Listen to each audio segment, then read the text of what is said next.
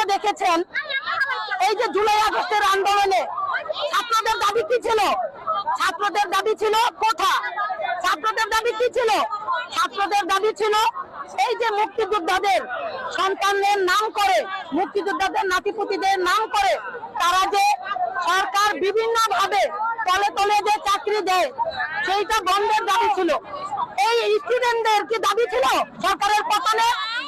তাদেরকে আমরা আমাদের নেতা জনাব তারেক রহমানের নির্দেশ ক্রমে আমরা কিন্তু আপামর জনসাধারণ ঝাঁপায় পড়ছি।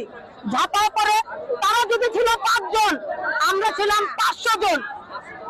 তারা যে আজকে দাবি করছে এই স্বৈরাচার হাসিনার পতন ঘটাইছে, দেখেন ছাত্ররা হচ্ছে তারুণ্যের অহংকার। কারণ কাজী নজরুল ইসলামের ভাষায় আমরা যদি বলি ছাত্ররা থাকবে সবার আগে, সেই সবার আগেই তারা ছিল, এটা অস্বীকার করব না আমরা। কিন্তু সেই সবার আগে ছাত্রদেরকে পিছন থেকে শক্তি জুগিয়েছে, এনার্জি জুগিয়েছে, বাহবাস জুগিয়েছে কে?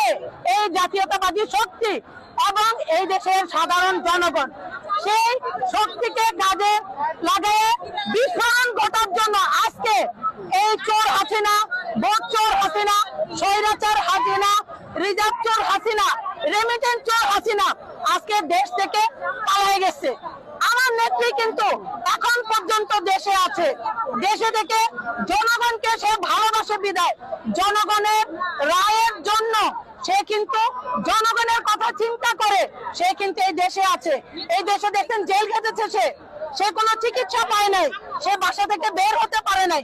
এত অত্যাচারের পরও খুনি হাসিনা কি পারছে এই বিএনপি থেকে একটা নেতাকে দূরের কথা আমাদের একজন কর্মীকে সরাতে? আপনারা বলেন